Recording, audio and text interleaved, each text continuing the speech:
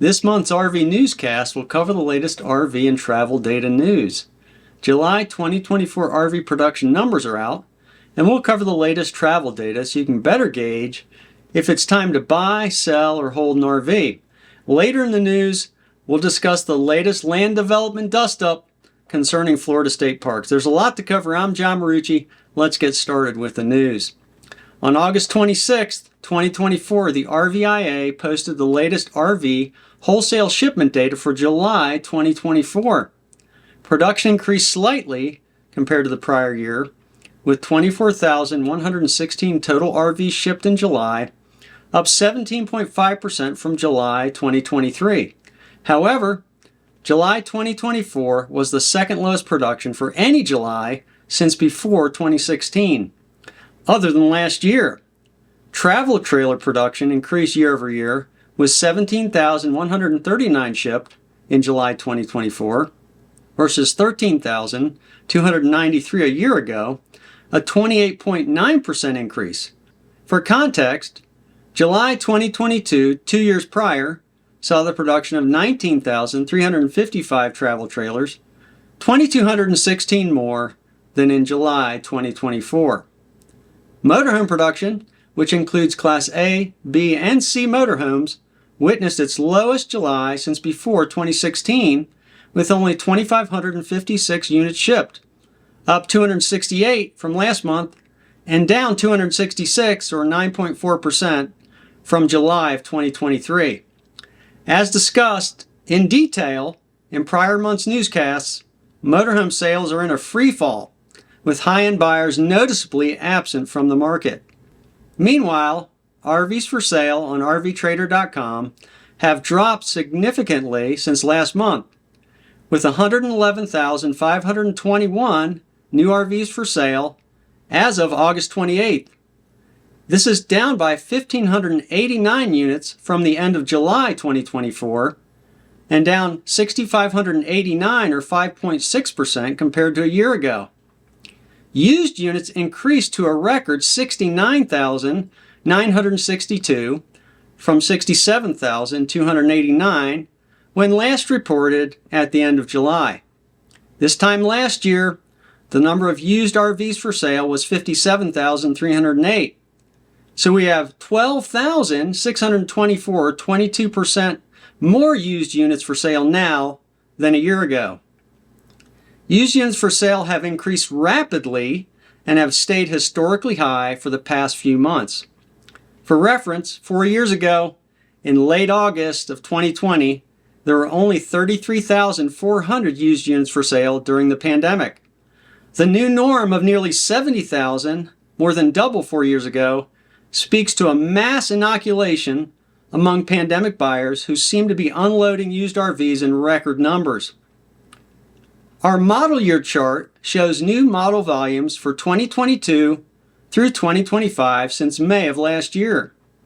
As dealers unload the older units, 2022 models, as shown by the blue line, have decreased from 39,100 to 1,984 units. The orange line shows 2023 models going from 93,797 to 9,433 units since late June of 2023.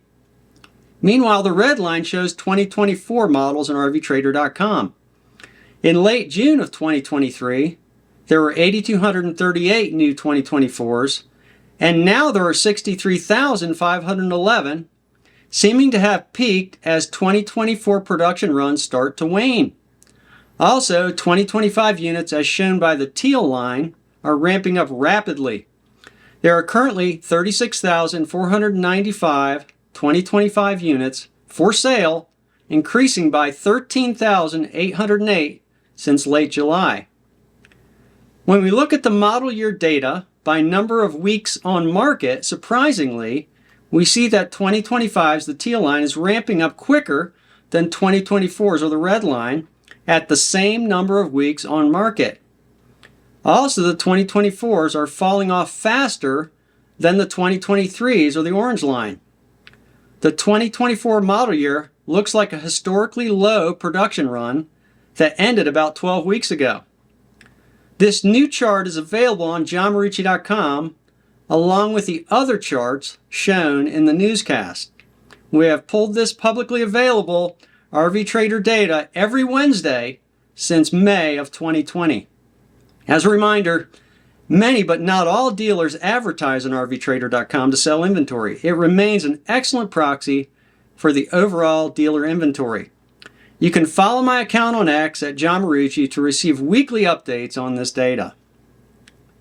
For the high-end market, inventory levels for Colonial Airstream in Millstone Township, New Jersey, the nation's second largest Airstream dealer, still show reducing inventory levels and a glut of in-stock units. Colonial currently has 97 new units on the lot for sale, with 10 spoken for.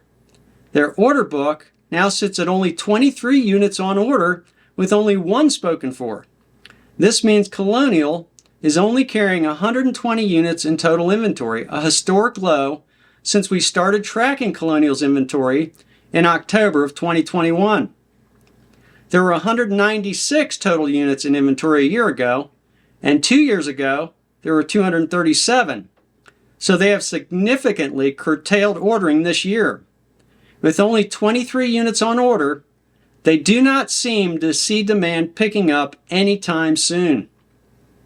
The Bureau of Labor Statistics revised June 2024 manufacturing employment data for Elkhart, Indiana. The June 2024 manufacturing employment level sits at 62,800, staying reasonably steady since the beginning of the year. The June 2024 number is below June of 2016, which was 8 years ago. The last 8 years of manufacturing employment growth in the Elkhart area have effectively been wiped away and reset to below 2016 levels. This is yet another indicator of how bad things are in RV manufacturing.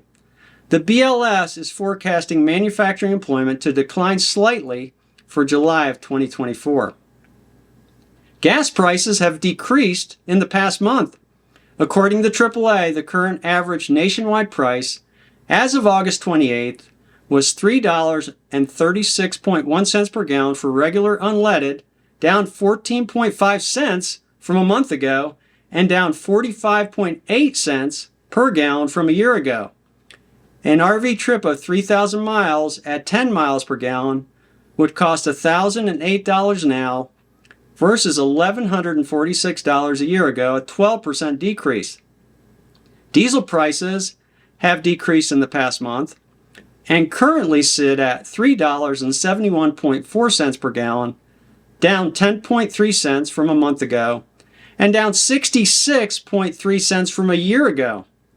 A similar 3,000-mile trip getting 12 miles per gallon would cost $929 now versus $1,094 a year ago, a 15.1% decrease. For the past few months' newscasts, I've discussed at length the problem with the high-end market for RVs and how motorhome sales have dried up. The trend only worsened when looking at the latest shipment numbers. The main problem is that those with the resources to buy more expensive RVs are on the sidelines and don't seem to be getting back in the market. This will spell continued margin compression with manufacturers and dealers as the shift to lower priced units means lower revenue and a need to make it up on volume, something that doesn't seem to be occurring. On the bright side, RV manufacturers and dealers have worked through the huge overstock of 2022 and 2023 vintages and have curtailed the 2024 model year run. They're going out more aggressively on the 2025 model year builds, so it remains to be seen if conditions warrant these higher production levels. I think the worst is behind the industry regarding headwinds, and they seem to have right-sized for the new market realities. This is the first optimistic note in any of my newscasts since I sounded the alarm back in April of 2022. A viewer recently commented on my top Florida state parks video saying only, quote, developers are coming for the state parks, unquote. I asked if they had a source, link, or story so I could follow up on the claim. They replied, that it was all over the news in Florida. Then, just a few days ago, a prominent YouTube RV news channel, RV Miles, went in depth on the issue.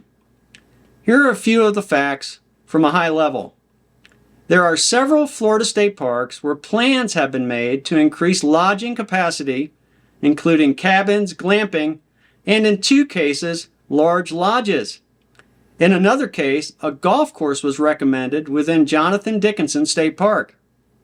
Once these plans were made public, and given a short time for the public to comment, public opposition rose quickly. Let me start by saying that if the state in any way short-circuited the process of getting public input and going through the proper process, then criticism is due. I have often seen the leadership of a company or nonprofit organization, in an attempt to get something done quickly, will hide the reality of the change until the last minute. They usually then face a backlash from the public or members, even if the ideas are good. If the backlash is significant, the ideas, even if good, are scuttled. If the backlash doesn't gain momentum, the ideas are speedily adopted. Let's look at the plans, now scuttled after public outcry, for putting a golf course at Jonathan Dickinson State Park. What happened was that an unknown developer had planned to partner with the state to build a golf course within the park boundaries. Public outcry intensified, led by conservation groups and the mainstream press, and the developer backed out. It was then revealed that the developer was a nonprofit organization, Tuskegee Dunes Foundation, and not a large private land developer as some had anticipated. Moreover, they would have themed the golf course to honor the Tuskegee Airmen. I have been to Jonathan Dickinson State Park as recently as this past winter for 2 weeks and have camped there several times over the years. If you are familiar with the state park as I am, I don't see much of a downside to what was being proposed for the area north of the main park road and east of the rail line. Context is important. During World War II, the area comprising Jonathan Dickinson was Camp Murphy, which was used as a top-secret radar training school. After the war, the land became a state park in 1950. All to say that the area proposed for the golf course east of the rail line and north of the main park road is not, quote, natural Florida, unquote, like, for example, Lake Kissimmee State Park, which has never been developed. Most of the land in this area was developed as the Army base, and much of it still sits with crumbling roads and some old remodeled Army buildings. I have walked those decrepit roads many times, and this area is desolate and needs a purpose.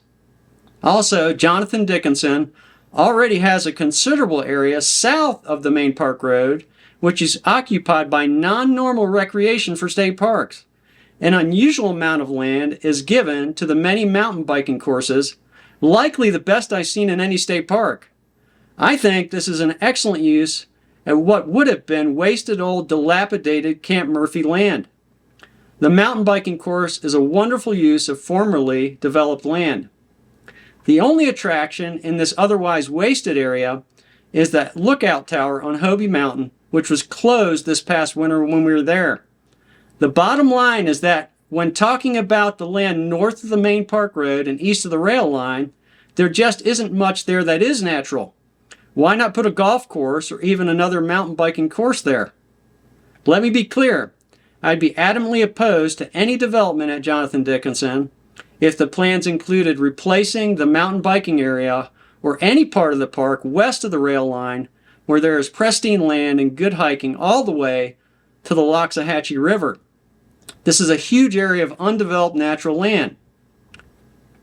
2 large lodges were also announced, one proposed at Topsail Hill and one at Anastasia. I want to be careful not to quickly oppose something our national parks have had for decades. Large lodges where more than just people with tents or RVs can stay overnight. These are large footprint state parks, and the former Topsail was privately owned before being sold to Florida. I am familiar with the beach at Topsail, which is outstanding, and I'm not sure why more people shouldn't be able to stay overnight and enjoy it. I can't speak to the situation at Anastasia. The remainder of the issues, like adding pickleball courts or more cabins or glamping sites, are not really big issues, as many state parks already have cabins and glamping sites. Care should be taken on placement, but the precedent for these things has already been set. The Florida state park I visit the most, Lake Louisa, has many cabins and has recently added glamping sites. Unless the new ideas remove current RV tent sites or natural areas, I don't see a problem. It allows more Florida residents to enjoy the state parks without investing in an RV or camping equipment. Florida parks need to add capacity as the population has increased. They need more revenue to keep up with maintenance, especially since they have taken the stance of keeping camping fees artificially low. The entire purpose of keeping entry fees low is to allow more people to enjoy the parks. Why not add capacity with more overnight lodging, including lodges, cabins, and glamping sites? Why not add desirable amenities on previously developed and underused lands? I'm sure many of you have strong opinions about these developments, and I invite you to leave your comments. Okay, that'll do it for now. Please click the like button, remember to subscribe, and hit the bell icon if you haven't already. Thanks for watching. This is John Marucci, and so long for now.